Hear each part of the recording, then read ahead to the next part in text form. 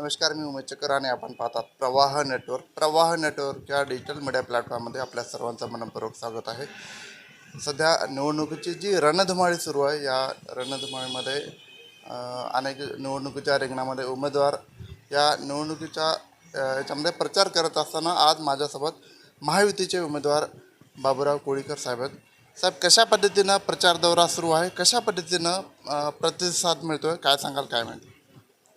हिंगोली लोकसभेचा प्रचार 8 तारखेला विड्रॉल संपले आणि 9 तारखेला गुढीपाडव्याच्या शुभ मुहूर्तावर माहूरगड येथे रेणुका देवी, त्याचबरोबर दत्तशेखर आणि अनुसया माता यांच्या चरणी नतमस्तक होऊन श्यामबापू भारती महाराज यांच्या हस्ते श्रीफळ वाढून प्रचाराची आम्ही सुरुवात केलेली आहे.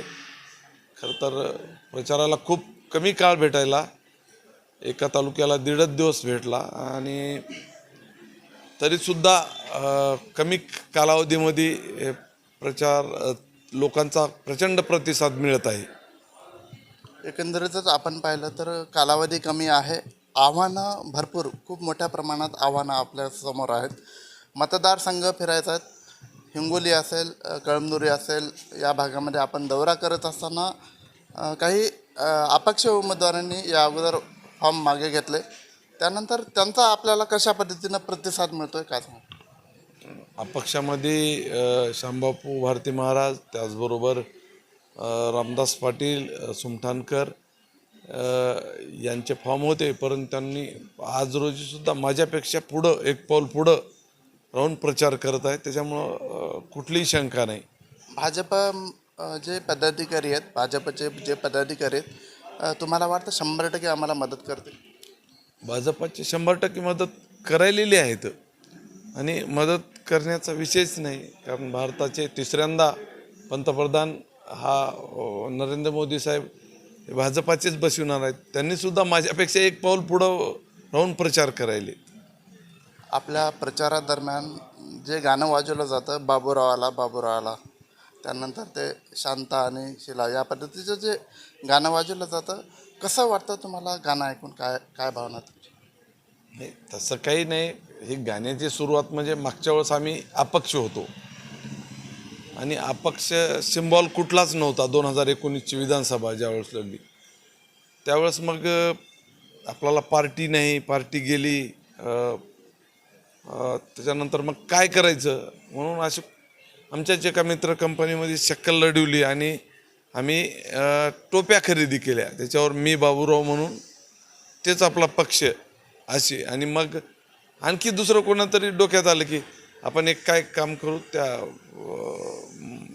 बाबूराव ठीक आहे, शांता आणि शालू ते कोण आहेत?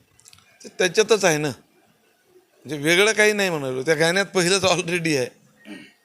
जे असं खासदार हेमंत पाटील यांचं तिकीट कापलं, नंतर आपल्याला तिकीट मिळालं, त्यानंतरचा प्रतिसाद कसा वाटतो? त्यांचा आणि आपला संपर्क झाला का काय? दररोज संपर्क असते. आज दुपारीसुद्धा त्यांनी वसंत कारखान्याचे जेवढे म्हणजे कामगार हे ते त्यांची बैठक लावून जे काय आहे ते प्रचाराला लावण्याचं काम केलेलं आहे. त्याच्यामुळं असं कुठलंच हे नाही. महायुतीचे उमेदवार म्हणून आपण काम करत असताना एकंदरीत खूप मोठी असं आव्हानं आपल्यासमोर आहेत.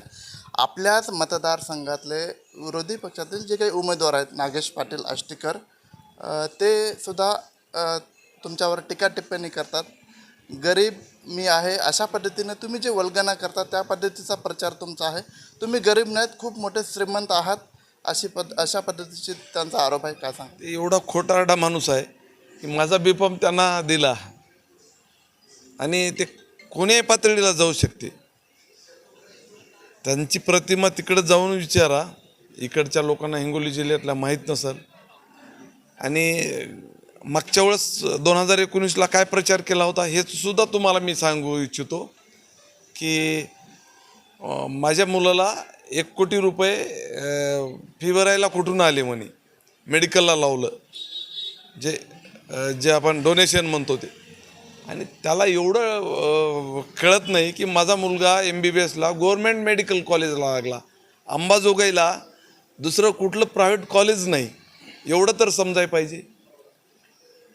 आणि मला म्हणे की म्हणजे महागड्या गाडीत फिरायला गेल्या 7 वर्षापासून 8 वर्षापासून माझ्याजवळ एकदाच गाडी आहे आणि तीच गाडी आजही आहे आणि त्यावेळेसही होती आणि ते या गाडी मर्सडीज आहे म्हणून असं. मागील विधानसभा निवडणुकीच्या दरम्यान आपल्याला जे काही 63-64 मतदान रुपये जे जनतेने आशीर्वाद दिला, आपण त्या विरोधी पक्षातील जे काही उमेदवार नागेश पाटील आष्टेकर त्यांना 4थ्या नंबरवर नेऊन ठेवलं. आजची परिस्थिती काय वाटतं, कशा पद्धतीनं तुम्ही निवडणूक जिंकाल वाटतं? नाही, मागच्या वेळेस त्यांना 3ऱ्या नंबरवर ठेवलं होतं. सत्तेतला आमदार असून 5 वर्ष सत्ता भोगून सुद्धा कुठलंही एकही सांगायसारखं काम हातगाव हिमायतनगर विधानसभेमध्ये केले नाही. आणि खरं तर मी माझा स्वतःचा AB फॉर्म त्यांना लावलं, त्यांना निवडून आणलं आणि हे सुद्धा 5 वर्षासाठी ठरलं होतं आमचं. तर त्यांनी शब्द नाही पाळला, त्यांनी गद्दारी केली म्हणून त्यांना आम्ही त्यांची जागा जनतेने दाखवली, मी दाखवलेली नाही. शिंदे गटाला आजच्या घडीला गद्दार म्हणलं जातं, आपण त्यांना गद्दार म्हणतो. गद्दार तर हा आहे, त्यांनी शब्द पाळला नाही. केदारनाथ मंदिरातला शब्द पाळलेला नाही. काय म्हणले होते, कुठला शब्द होता? 2009ला मी विधानसभा लढवली होती आणि त्यांचं तिकीट 2009ला अशोकराव चव्हाण साहेबांनी नाकारलं. तत्कालीन माधवराव जवळगावकरला काँग्रेसकडून तिकीट मिळालं आणि त्याच्यामुळं त्यांनी रिकामा राहिला आणि रिकामा राहिल्याच्या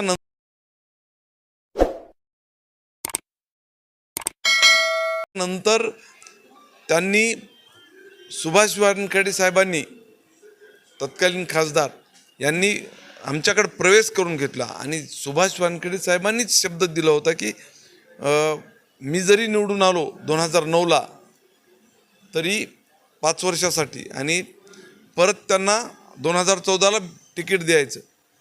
वानखेडे साहेबांनी शिव्या देऊन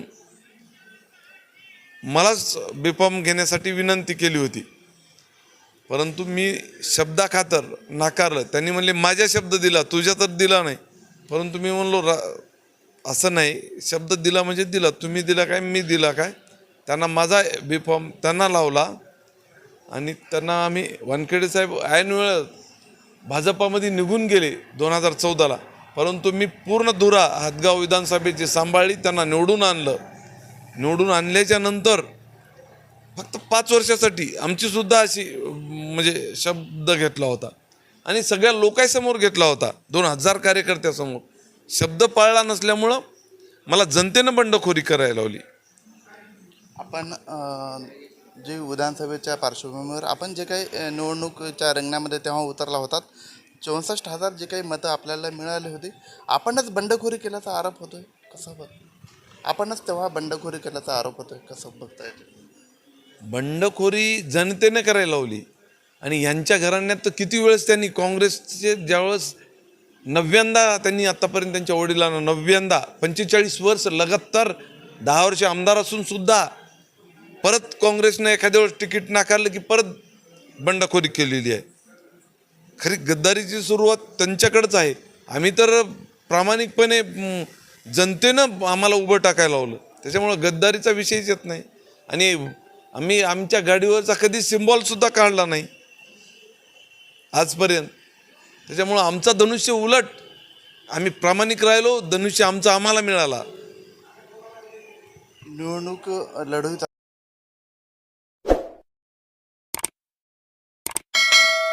शेवटचा प्रश्न, कशा पद्धतीने आपण ही निवडणूक जिंकाल, कशा पद्धतीनं या निवडणुकीचा सामना कराल, कशा पद्धतीनं हा संपर्क वाढवाल, विजयाचा गुलाल कशा पद्धतीनं ओढून आणाल तुम्ही?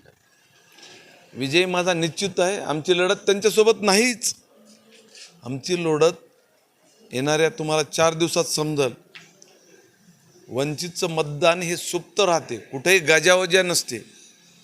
आज बंजारा समाजाचं किती मतदान आहे, मागासवर्गीय दलित समाजाचं किती मतदान आहे, ते पूर्ण मतदान तुमच्यासोबत असणार. मला जरी नाही भेटलं तर हे मतदान वंचितचं आहे आणि हे वंचितचं सुप्त राहते, कधीच रस्त्यावर येऊन गलबला करणार नसते. परंतु मतपेटीच्या रूपानं मी ग्वाही देतो तुम्हाला की त्यांच्याकडे कोणता वर्ग आहे, त्यांच्याकडे कोणता वोटर आहे, याचा सुद्धा तुम्हाला अभ्यास करावा लागणार आहे. म्हणून तुम्हाला समजेल येणाऱ्या 4 दिवसात की हा 2019ला मी त्याला 3 वर ठेवलं, आज सुद्धा तो 3 वर राहील आणि माझी वंचित सोबतच लढाई असणार आहे. वंचितचे उमेदवार हे नागेश पाटील आष्टीकर यांना हरवतील असं वाटतं.